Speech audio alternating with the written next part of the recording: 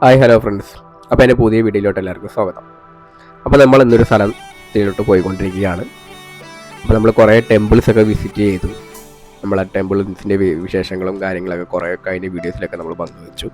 ഇന്ന് നമ്മളൊരു വെറൈറ്റി സ്ഥലത്തോട്ട് പോയിക്കൊണ്ടിരിക്കുകയാണ്.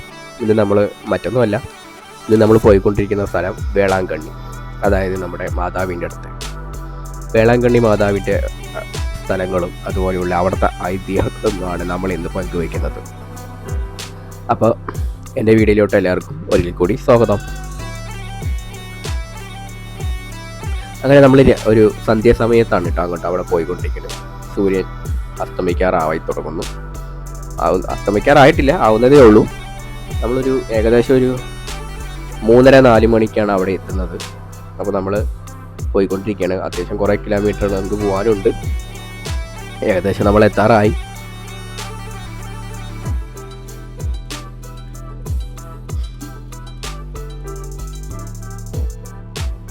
പിന്നെ ഈ വേളാങ്കണ്ണിയിൽ ഒരുപാട് കാര്യങ്ങൾ നമുക്ക് പറയാനായിട്ടുണ്ട്. മാതാവിനോട് നമ്മൾ എന്തൊക്കെ നമ്മൾ അപേക്ഷിക്കുന്നോ അതെല്ലാം നടക്കും എന്ന് തന്നെയാണ് അവിടുത്തെ വിശ്വാസം. ചർച്ച് ഒരു അത്ഭുതമായൊരു ചർച്ച് തന്നെയാണത്. അപ്പോൾ നമുക്ക് അവിടുത്തെ വിശേഷങ്ങളെല്ലാം നമുക്കൊന്ന് കാണണം, കണ്ടറിയണം എന്നുണ്ട്. അതുകൊണ്ട് നമ്മൾ വേളാങ്കണ്ണിക്കൊന്ന് പോവാമെന്ന് കരുതി. അപ്പോൾ അതേ നമ്മൾ വേളാങ്കണ്ണി എത്തിയിരിക്കുകയാണ് ഗൈസ്. അപ്പോൾ വേളാങ്കണ്ണി എത്തി നമ്മളിത് അതിൻ്റെ ഫ്രണ്ട് വശമൊക്കെയാണിത്. അപ്പം ഇനി നമ്മൾ കാറ് നമ്മുടെ പാർക്ക് ചെയ്യാനായിട്ട് പോകണം. കാർ പാർക്കിംഗ് ഒക്കെ ഇവിടെ തന്നെ ഉണ്ട്. ഫ്രണ്ടിൽ നിന്നൊരു നമുക്ക് കുറച്ച് ഇങ്ങനെ മുമ്പോട്ട് പോയി കുറച്ച് അകലെ പോകുമ്പോൾ നമുക്ക് കാർ പാർക്കിങ്ങും കാര്യങ്ങളൊക്കെ വരുന്നതാണ്. അത്യാവശ്യം വലിയ കാർ പാർക്കിംഗ് തന്നെയാണ് അവിടെ ഉള്ളത്.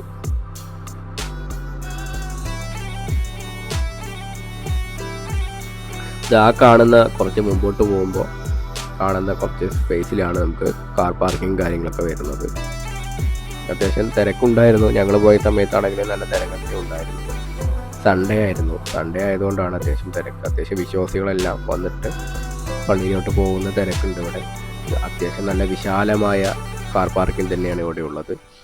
കണ്ടില്ലേ, അത്യാവശ്യം നല്ല കാർ പാർക്കിങ്ങും അതുപോലെ വണ്ടികൾക്ക് പാർക്ക് ചെയ്യാൻ പറ്റുന്ന ഒരു ഏരിയ ഇവിടെ ഉണ്ട്. ആ തൊട്ടടുത്ത് പുറകു വശത്ത് തന്നെ ടോയ്ലറ്റ് ഫെസിലിറ്റിയും അവിടെ അവൈലബിൾ ആണ്. അപ്പം ഇനി ഇവിടെ വേളാങ്കണ്ണി വരുന്നവർ ടോയ്ലറ്റ് തപ്പി നടക്കണ്ട, ഇതിൻ്റെ പുറകു വശത്ത് തന്നെ ടോയ്ലറ്റ് ഫെസിലിറ്റിയും ഉണ്ട്. അപ്പോൾ നമ്മുടെ പള്ളി ഇതാണ് ഫ്രണ്ടിൽ കാണുന്നത്. കടലും പുഴയും സംഗമിക്കുന്ന ഭൂമിയിൽ പട്ടുസാരി ഉടുത്ത് ഉണ്ണിയേശുവിനെ കൈകളിലേന്തിയുള്ള മാതാവിൻ്റെ രൂപമാണ് ഇവിടെ ഉള്ളത്. ഇവിടെ വരുന്നവരൊക്കെ പ്രാർത്ഥനയും കണ്ണുനീരും അർപ്പിച്ച് നാനാജാതിയിൽപ്പെട്ട വിശ്വാസികളാണ് ഇവിടെ വരാറുള്ളത്.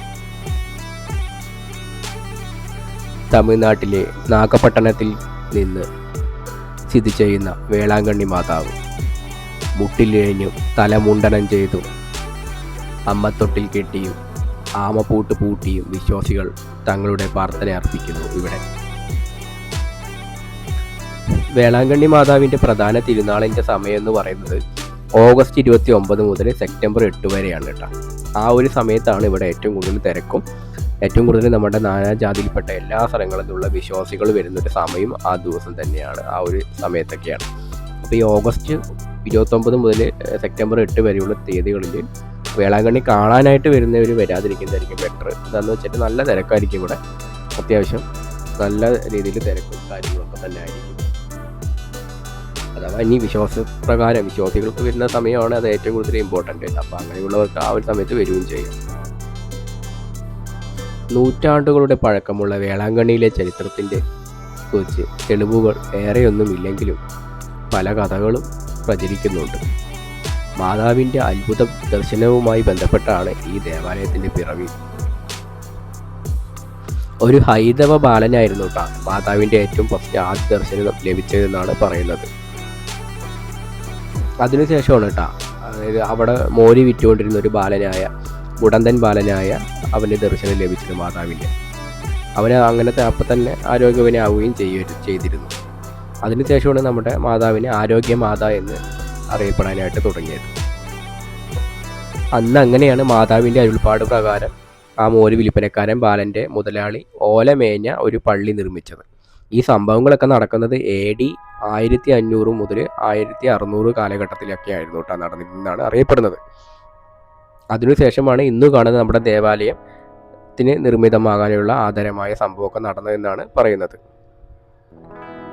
17-ാം നൂറ്റാണ്ടിലാണ് നമ്മുടെ ബംഗാൾ ഉൾക്കടലിൽ കടൽക്ഷോഭം ഉണ്ടായ സമയത്ത് ഒരു കപ്പൽ അത്ഭുതകരമായിട്ട് രക്ഷപ്പെടുകയും 17-ാം നൂറ്റാണ്ടിലാണ് നമ്മുടെ ബംഗാൾ ഉൾക്കടലിൽ ഒരു ഭയങ്കരമായ ഒരു കടൽക്ഷോഭം ഉണ്ടാകുകയും ഒരു കപ്പൽ അത്ഭുതകരമായി അതിൽ നിന്ന് രക്ഷപ്പെടുകയും ചെയ്തത്. അവർ തങ്ങളുടെ കപ്പൽ വേളാങ്കണ്ണി തീരത്തേക്ക് അടുപ്പിക്കുകയും ചെയ്തു. മാതാവിൻ്റെ അനുഗ്രഹത്തിലാണ് ഞങ്ങൾ രക്ഷപ്പെട്ടതെന്നാണ് അവർ കപ്പലിലുണ്ടായിരുന്ന ആൾക്കാരെല്ലാം വിചാരിച്ചിരുന്നത്. അങ്ങനെയാണ് അവർ അന്നുണ്ടായിരുന്ന ദേവാലയത്തെ കുറച്ചുകൂടി വികസിപ്പിച്ചെടുത്തത്. അപ്പം ഇങ്ങനെയൊക്കെയാണ് നമ്മുടെ വേളാങ്കണ്ണി മാതാവിൻ്റെ ചരിത്രമായ കുറേ കഥകൾ ഉണ്ടായിട്ടുള്ളത്. അങ്ങനെ നമ്മുടെ വേളാങ്കണ്ണി ചർച്ച് രൂപീകരിച്ച് വന്നു. ഇന്ന് ഈ നിലയിലോട്ട് എത്തി. ഇത് മുകൾ വശമാണ്, നമ്മുടെ പള്ളിയുടെ മുകൾ വശത്താണ് ഇപ്പം ഞങ്ങൾ കയറിയിരിക്കുന്നത്. ഇതിൻ്റെ താഴെ വേറൊരു വശം കൂടിയുണ്ട്. അപ്പോൾ ഇതിൻ്റെ ഫ്രണ്ടിൽ നിന്ന് നമ്മളെ തിരിച്ച് നോക്കുമ്പോൾ നമ്മുടെ ഉണ്ണിയേശുവിടെ പള്ളിയിലോട്ട് പോകുന്ന ആൾക്കാരെ കാണാം. അവിടെയാണ് നമുക്ക് കാര്യങ്ങൾ ഇനിയും കാണാനുള്ളത്. ഇതിന് നേരിട്ട് കാണുന്നത് ആ വഴിയിലൂടെ നമ്മൾ നടന്നു പോകണം. അതേപോലെ നടന്ന് അവിടെ എത്തി ഉണ്ണിയേശുവിനെ കാണാനായിട്ട് പോകുന്ന ആൾക്കാരും ഉണ്ട്. ഇനി നമുക്ക് അങ്ങോട്ട് പോവാം, അവിടുത്തെ കാഴ്ചകൾ കാണാം. ഈ നമ്മുടെ ഫ്രണ്ട് വശത്ത് നിന്ന് നമുക്ക് നോക്കുമ്പോൾ ഇത്രയും കാഴ്ചകളാണ് ഇവിടുന്ന് കാണുന്നത്. ഇത് നമ്മൾ ഉണ്ണിയേശുവിൻ്റെ അങ്ങോട്ടേക്ക് പോയിക്കൊണ്ടിരിക്കുകയാണ്. ഇത് കണ്ടില്ലേ, ഈ കാണുന്നതൊക്കെ നമ്മുടെ ഓരോ ആചാരപ്രകാരം വഴിപാടുകൾ നടത്തുന്നതാണ് ആൾക്കാർ. അത് അവരുടെ ഒരു വിശ്വാസമാണ്. ഇങ്ങനെ നമ്മൾ നേർച്ച നേർന്ന ശേഷം ഇങ്ങനെ കൊന്ത ചൊല്ലി മുട്ടിലഴിഞ്ഞ് നമ്മൾ മണലിലൂടെ നടന്ന് മുട്ടിലൂടെ എഴിഞ്ഞ് നമ്മൾ ഉണ്ണിയേശുവിനെ എൻ്റെ പള്ളിയിലോട്ട് എത്തണം. ഇതാണ് അവരുടെ ആചാരങ്ങളാണിതൊക്കെ. ഇതൊരു നേർച്ചയാണ്. അങ്ങനെ നേർച്ച നേർന്ന് എല്ലാവരും പള്ളീൻ്റെ അവിടെ എത്തുന്നതാണ്. പിന്നെ അതുപോലെ കാല് വെച്ച് കാൽപാദം വെച്ച് അങ്ങനെയും നടന്നു പോകുന്ന ആൾക്കാരുണ്ട്. അങ്ങനെ കുറേ ആൾക്കാരെ കണ്ടു. അത്യാവശ്യം നല്ല ദൂരമുണ്ട് കേട്ടോ. എനിക്ക് തോന്നുന്നു ഏകദേശം ഒരു 2 കിലോമീറ്ററെങ്കിലും കാണുന്നതാണ് തോന്നുന്നത്. ഇങ്ങനെ നടക്കണം. അത്രയും ദൂരം നടന്ന് നമ്മൾ നമ്മുടെ ഉണ്ണിയേശുവിൻ്റെ അവിടെ എത്തണം. അപ്പോൾ നമ്മൾ വിചാരിച്ച കാര്യം, നമ്മളൊരു മനസ്സിൽ വിചാരിച്ച കാര്യം നടക്കുന്നതാണ് അവിടെ പറയുന്നത്. വിശ്വാസം നടക്കുന്നതാണ്, ഉറപ്പായിട്ടും നടക്കുന്നതാണ്.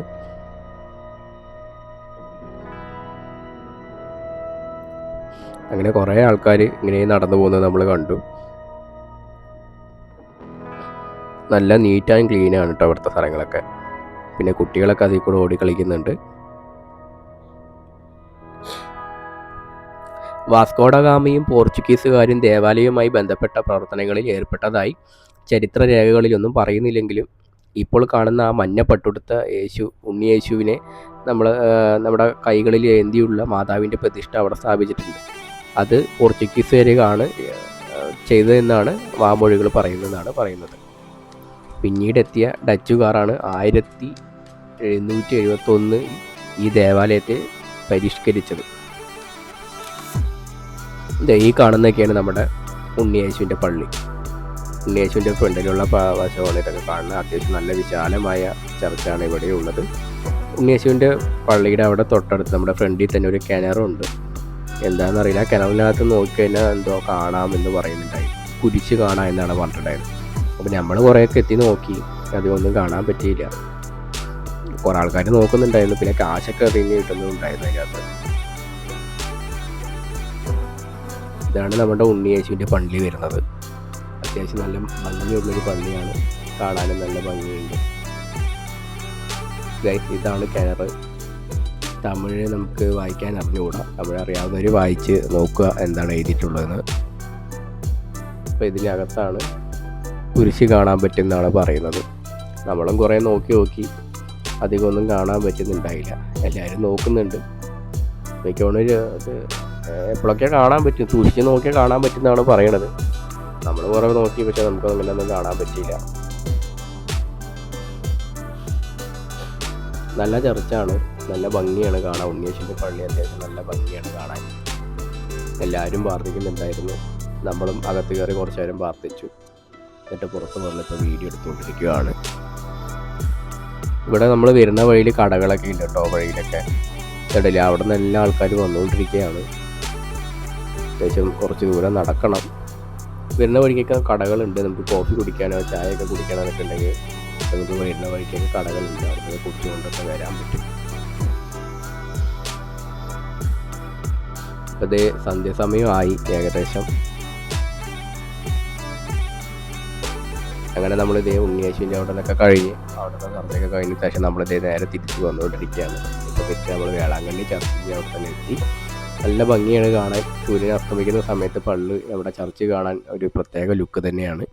അപ്പോൾ ഇനി നമ്മൾ പോകുന്നത് അപ്പോൾ സൺസെറ്റ് കാണാനുള്ള രീതിക്ക്, സൺസെറ്റ് ഇവിടെ കാണാൻ പറ്റത്തില്ല, നമുക്കൊന്ന് നമ്മൾ ബീച്ച് സൈഡൊന്ന് പോകാമെന്ന് പറഞ്ഞിട്ട് നമ്മൾ ബീച്ചിലോട്ട് പോയിക്കൊണ്ടിരിക്കുകയാണ്. ഇപ്പോൾ വേളാങ്കണ്ണി ബീച്ച് കാണാതിരിക്കുന്നത് മോശമല്ലേ. അപ്പോൾ വേളാങ്കണ്ണി ബീച്ചിലോട്ട് പോകണം. നമ്മുടെ ഈ ചർച്ചിൻ്റെ പുറകു വശത്ത് തന്നെയാണ് ബീച്ച് വരുന്നത്. നമുക്ക് ഇതേനാണ് ബീച്ചിലോട്ട് പോകാനുള്ള വഴി. കുറച്ച് പുറകു വശത്തോട്ട് നമ്മൾ നടക്കണം. നമ്മുടെ നിന്ന് വേണം നമ്മൾ ബീച്ചിലോട്ട് എത്താനായിട്ട്.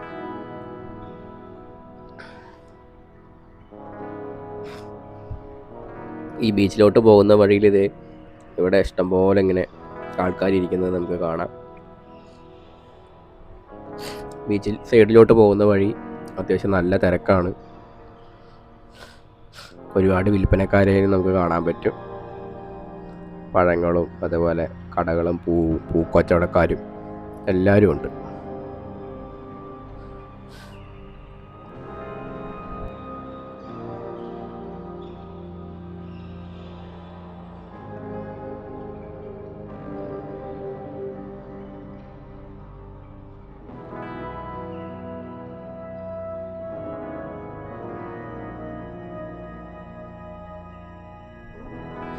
ഇവിടെ ഒത്തിരി ആൾക്കാർ ജീവിക്കാൻ വേണ്ടി ഒരുപാട് കഷ്ടപ്പെടുന്നുണ്ട്, കടകൾ നടത്തിയും എല്ലാം. അപ്പോൾ കുറച്ച് മുമ്പോട്ട് നടക്കണം കേട്ടോ, അപ്പോഴാണ് നമുക്ക് ബീച്ച് കാണാൻ പറ്റുക. ഇനിയും കുറച്ചുകൂടി നടക്കാനുണ്ട്. നമ്മളിപ്പോൾ വേളാങ്കണ്ണി ചർച്ചിൻ്റെ പുറകു വശത്താണ് ഇപ്പം നമ്മൾ എത്തിയിരിക്കുന്നത്. ഇത് ചർച്ചിൻ്റെ പുറകു വശമാണ്.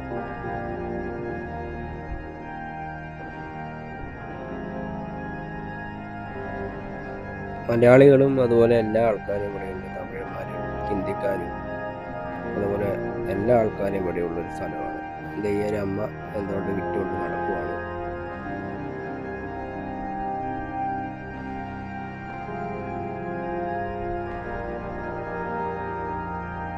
ഇനിയിപ്പോൾ നമ്മൾ ബീച്ചിലോട്ട് നടന്നു പോയിക്കൊണ്ടിരിക്കുകയാണ്. ഈ പോകുന്ന വഴി നേരെ ബീച്ചാണ്.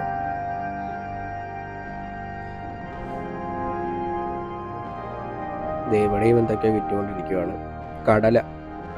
കടല വിൽക്കുന്ന അമ്മാവാസിനെ നമ്മൾ കണ്ടു.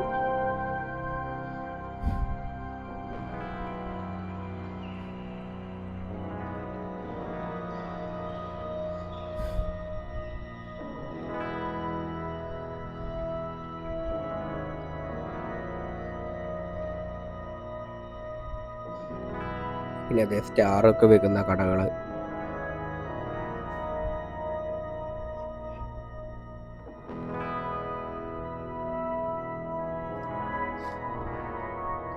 അങ്ങനെ ഒരുപാട് കടകളുണ്ട് കേട്ടോ ഈ ഏരിയയിലെല്ലാം. ഫുള്ളും ഒത്തിരി സാധനങ്ങൾ വിൽക്കുന്ന കടകളും കാര്യങ്ങളും എല്ലാം ഉണ്ട് ഇവിടെ.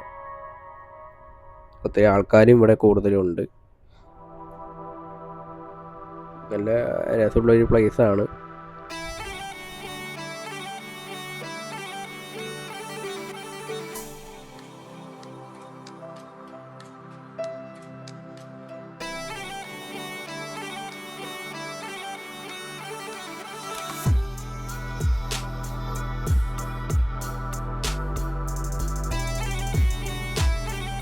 അങ്ങനെ ഇതേ നമ്മൾ ബീച്ചെത്തി. നമ്മുടെ വേളാങ്കണ്ണി ബീച്ചിലോട്ട് നമ്മൾ എത്തി. വേളാങ്കണ്ണി ബീച്ച് നമ്മൾ വിചാരിക്കുന്ന പോലെ അത്രയ്ക്കും മനോഹരമായി കിടക്കുന്ന ബീച്ചൊന്നുമല്ല. അത്യാവശ്യം നല്ല ക്രൗഡും നല്ല ഓരോ കാര്യങ്ങളും ഉള്ള സ്ഥലമാണ്. ഫുള്ളും കച്ചവടക്കാരായി നിറഞ്ഞു കിടക്കുന്ന ബീച്ചാണ്. അങ്ങനെ നമുക്ക് ഫ്രീഡം ഉള്ള ബീച്ചൊന്നുമല്ല. ഫുള്ളും അഴുക്കാണ് ഇവിടെ. ഫുള്ളും എന്താണെന്ന് അറിയില്ല. ഫുള്ളൊക്കെയാണ്. ഫുള്ളും ചപ്പ് ചവറുകളൊക്കെയാണ് കിടക്കുന്നത്. ബീച്ച് എന്ന് പറയാനായിട്ട് ഇത് എങ്ങനെയാണ് ബീച്ച് അധികമൊന്നും ബീച്ചിൽ കാണാനില്ല. ഫുൾ എൻ്റർടൈൻമെൻ്റ് ആയിട്ടുള്ള കാര്യങ്ങളാണ് ഇവിടെ നടന്നുകൊണ്ടിരിക്കുന്നത്. ഒത്തിരി കാര്യങ്ങൾ കുട്ടികളായിട്ട് വന്നു കഴിഞ്ഞാൽ നല്ല രസമായിരിക്കും. എന്താണെന്ന് വെച്ചാൽ അത്രയ്ക്കും കുട്ടികൾക്ക് പറ്റിയെന്ന ഒരുപാട് കാര്യങ്ങൾ ഇവിടെ ഉണ്ട്. പിന്നെ ബീച്ച് നമുക്ക് അങ്ങനെ ഇഷ്ടപ്പെടുന്ന തരത്തിലുള്ള ബീച്ചല്ല. മൊത്തം ക്രൗഡഡ് ആയിട്ടുള്ളൊരു ബീച്ചാണ്. പിന്നെ അതുമല്ല ഫുള്ളും ചപ്പ് ചവറുകളാണ് ഫുള്ളും കിടക്കുന്നത്. അതുകൊണ്ട് പിന്നെ നമുക്ക് ഒരു ഇഷ്ടപ്പെടുന്ന പോലത്തെ ഒരു ബീച്ചല്ല. കുറച്ച് ഇവിടെ വരും വേളാങ്കണ്ണി വന്നാൽ ജസ്റ്റ് ഒന്ന് ആസ്വദിക്കാൻ പറ്റുന്ന ഒരു ബീച്ചാണ്, അത്രയേ ഉള്ളൂ. അപ്പോൾ നമ്മുടെ ഈ വേളാങ്കണ്ണി വീഡിയോ എല്ലാവർക്കും ഇഷ്ടപ്പെട്ടു എന്ന് ഞാൻ വിചാരിക്കുന്നു. അപ്പോൾ ഇതിലും മനോഹരമായൊരു നല്ലൊരു വീഡിയോയും നല്ലൊരു സ്ഥലവും കാണിക്കാനായിട്ട് നമുക്ക് അടുത്ത വീഡിയോയിൽ ഞാൻ വരുന്നതായിരിക്കും. അപ്പോൾ എല്ലാവർക്കും ഒരിക്കൽ കൂടി അപ്പോൾ എല്ലാവരും എൻ്റെ ചാനൽ സബ്സ്ക്രൈബ് ചെയ്യുക, അതുപോലെ ലൈക്ക് ചെയ്യുക, മറ്റുള്ളവർക്ക് ഷെയർ ചെയ്ത് കൊടുക്കുക. അപ്പോൾ മറക്കണ്ട, അടുത്ത വീഡിയോയിൽ കാണാം.